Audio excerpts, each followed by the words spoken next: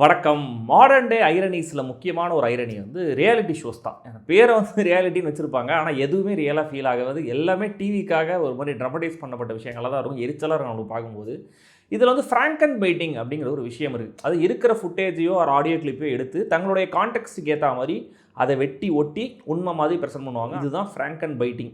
இப்போ எதுக்கு திடீர்னு இந்த இங்கிலீஷ் படம் அப்படின்னு யோசிச்சிங்கன்னா, நேற்று ரிலீஸ் ஆகிருக்கிற மஸ்திஷ்க மரணம் அப்படிங்கிற மலையாள படத்தோடைய tagline the frank and biting of Simon's memories.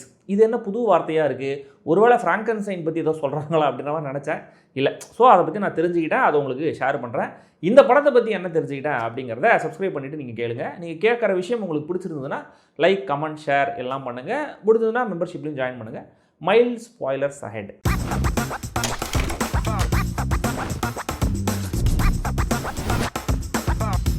மஸ்திஷ்க Maranam எதிர்காலத்தில் 2046 நடக்கிற கதை. கிளைமேட் சேஞ்சினால கொச்சினுடைய நிலப்பரப்பு சுருங்கி இப்போ நியோ கொச்சி அப்படின்னு கொஞ்சமான ஒரு ஸ்பேஸ் தான் இருக்குது.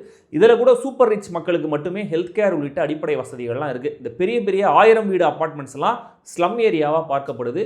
அப்படி ஒரு இடுங்கி போன அப்பார்ட்மெண்ட்டில் ஹீரோ பிமல் தனியாக இருக்கார். அவருக்கு ஒரு ட்ராமா இருக்குது.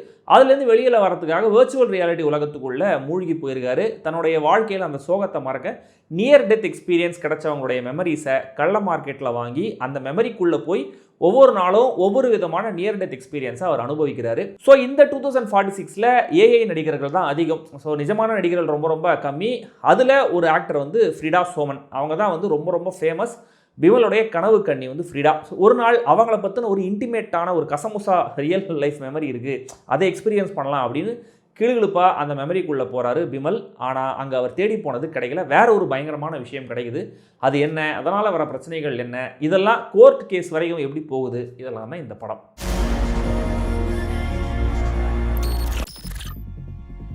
2024 ககனாச்சாரிங்கிற ஒரு சயின்ஸ் ஃபிக்ஷன் மாக்யூமெண்ட்ரி படம் வந்துச்சு. அந்த படத்துடைய ஃபார்மும் சரி கண்டென்ட்டும் சரி எனக்கு மிகப்பெரிய சர்ப்ரைஸ். இந்தியாவில் இப்படிலாம் முயற்சி பண்ணுறாங்க, அது என்ஜாயபிளாகவும் இருக்குது அப்படின்னு நான் எடுத்த படம் மாதிரி நான் ரொம்ப சந்தோஷப்பட்டேன். அந்த படத்தை பற்றி தேடும்போது தான் அந்த படத்துடைய கோ ப்ரொடியூசர் கிருஷாந்த் ஏற்கனவே ஆகாச வியூகம் அப்படிங்கிற ஒரு சயின்ஸ் ஃபிக்ஷன் மாக்யூமெண்ட்ரி எடுத்திருக்காருங்கிறது தெரிய வந்தது.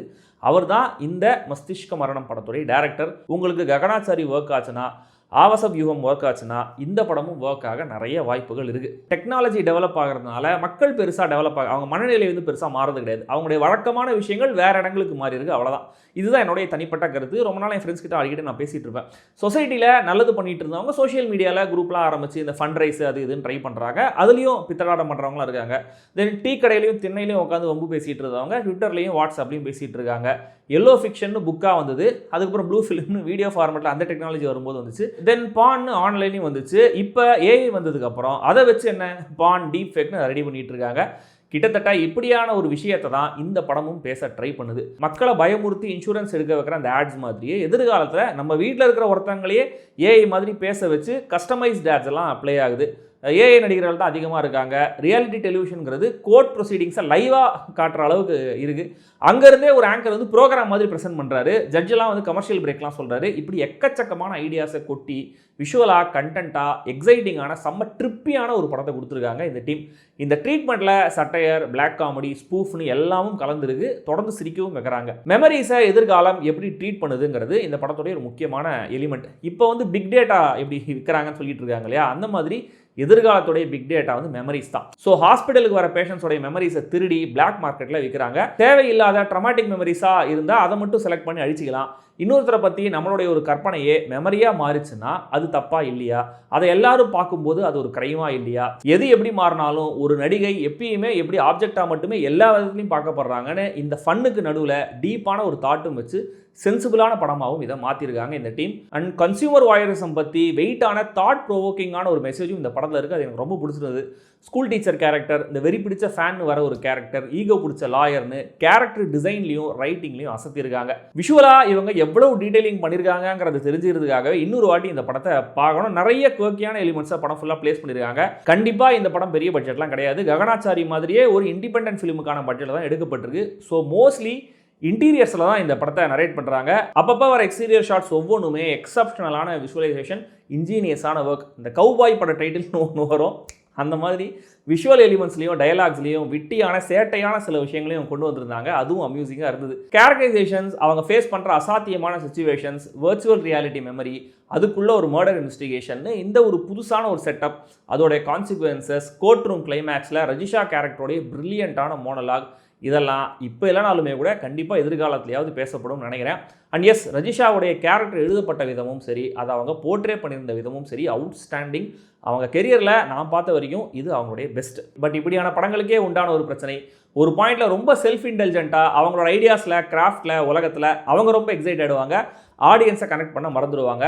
இந்த படத்துடைய ரூட் காஸ் என்னென்னா, இதோடைய ரூட் நமக்கு கனெக்ட் ஆகலைங்கிறது தான். எமோஷ்னலாக எங்கேயுமே ஒரு கனெக்ட் இல்லை. கண்டிப்பாக ஒட்டுமொத்தமாக படம் பார்க்கும்போது ஆச்சரியமாக இருக்குது, அம்யூசிங்காக இருக்குது. பட் அது மட்டும் தான் இருக்குது. ஸ்க்ரீன் பிளேயில் ஃபர்ஸ்ட் ஹாஃபில் கொஞ்சம் நேரம் டூ மச்சாக அந்த ட்ரிப்பி ஓவர் டோஸுக்கு போயிடுறாங்க. ரஜிஷாவுடைய அறிமுகம்னு ஆரம்பமாகிற ஒரு ஸ்ட்ரெச் ரொம்ப நேரம் போகிற மாதிரி இருக்குது. செகண்ட் ஹாஃபில் கூட அந்த கோர்ட் ரூம் சீன்ஸோடைய லென்த்தும் ரொம்ப ரொம்ப அதிகம். ரஜிஷா பேசுகிற மொனலாக் பவர்ஃபுல்லாக இருக்குது, செல்ஃப் அவேராகவும் இருக்குது, நல்லா ஸ்மார்ட்டாக எழுதப்பட்டிருக்குது, ஆனால் லென்த்தியாகவும் இருக்குது. திரும்பவும் ஸ்டார் ஆஃப் த ஷோ ரஜிஷாவுக்கு ஒரு ஸ்பெஷல் மென்ஷன். அவங்களுக்குள்ள இப்படி ஒரு பவர் ஹவுஸ் பெர்ஃபார்மர் இருப்பாங்க அப்படின்னு நான் எதிர்பார்க்கல. சென்ட்ரல் கேரக்டர் பிமலா நிரஞ்சன், அவருடைய வைஃபா ஆன் சலீம், ரெண்டு பேருமே நல்ல காஸ்டிங். நமக்கு இந்த உலகம் புதுசு, பட் இந்த கேரக்டர்ஸுக்கு அது பழக்கப்பட்டதாக தானே இருக்கணும். அதை இந்த ரெண்டு பேரும் ரொம்ப சென்சிபிளாக எஃபெக்டிவாக போர்ட்ரே பண்ணியிருந்தாங்க. இந்த ஜூனியர்ஸுக்கு நடுவில் சீனியர் ஆக்டர் ஜெகதீஷ் போலீஸாக சிறப்பாக நடிச்சிருந்தார். சுரேஷ் கிருஷ்ணா, விஷ்ணு அகஸ்தியா, ராகுல் ராஜகோபால், ஷின்சன்னு, சப்போர்ட்டிங் கேரக்டர்ஸ் எல்லாருமே அடிப்பொலி. டெஸ்மண்டாங்கிற கேரக்டர் நடிச்சிருக்க திவ்ய பிரபாவுக்கு ஒரு ஸ்பெஷல் மென்ஷன். அதுவும் இந்த கோர்ட் ரூமில் ஒரு பெக்கூலியரான ஓவர் த டாப் டோனில் இவங்க பண்ணியிருக்கிற பர்ஃபார்மன்ஸ் வந்து ரொம்ப ரசிக்கும்படி இருந்தது. டெக்னிக்கல் டீமுக்கும் ஒரு பெரிய ஷவுட் அவுட். இதை ஒரு யூனிக்கான படமாக மாற்ற cinematography, editing, music, production design, கிராஃபிக்ஸ்னு ஒவ்வொருத்தரும் ரிமார்க்கபிளான கான்ட்ரிபியூஷனை கொடுத்துருக்காங்க. மொத்தத்தில் இந்த மஸ்திஷ்க மரணம் இந்த படத்துடைய டைட்டில் மாதிரியே ஒரு one of a kind film, stand out theatrical experience. சில ட்ராபேக்ஸ் கண்டிப்பாக இருக்குது, ஆனால் கண்டிப்பாக தியேட்டரில் பார்க்க ஒர்த்தான ஒரு படமாக தான் எனக்கு தெரிஞ்சுது. அதே மாதிரி கண்டிப்பாக இது எல்லாருக்கும் ஒரே மாதிரி ஒர்க் ஆகிற படமும் இல்லை. சிலருக்கு டோட்டலாக பிடிக்காத, கோரன்ஸே இல்லாத ஒரு படமாகவும் தோணலாம், கழுவி ஊற்றலாம். அந்த ரிஸ்க்கை எடுக்க நீங்கள் தயாராக இருந்தால் நல்ல பெரிய ஸ்க்ரீனில் இந்த படத்தை பாருங்கள். அண்ட் என்னுடைய பார்வையில் இந்த படம் ஸ்ட்ரிக்ட்லி 16 and above மட்டுமே.